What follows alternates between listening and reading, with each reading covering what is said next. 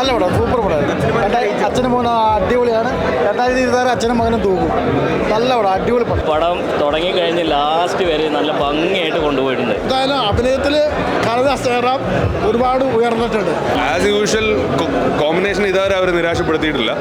ഇത് ഇത്തവണ അടിപൊളിയായിട്ടുണ്ട്.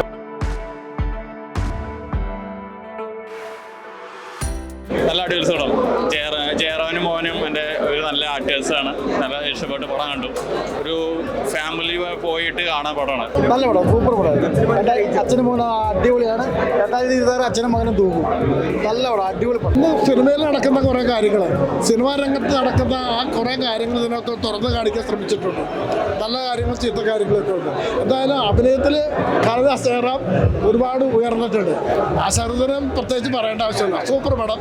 അതായത് ഇന്ന് കുടുംബമായിട്ട് കാണാൻ പറ്റുന്ന ഒരു ഇതുമില്ലാതെ, ഒരു രക്തച്ചൊരിച്ചിലോ ആക്ഷനോ ഒന്നുമില്ലാതെ കുടുംബമായിട്ട് നല്ലതായിട്ട് ഒരുപാട് പേര് ജീവിതം ഇതുണ്ട്.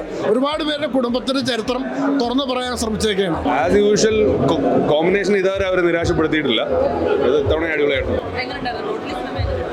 ഓവറോൾ ഒരു ഹിറ്റ് പടം.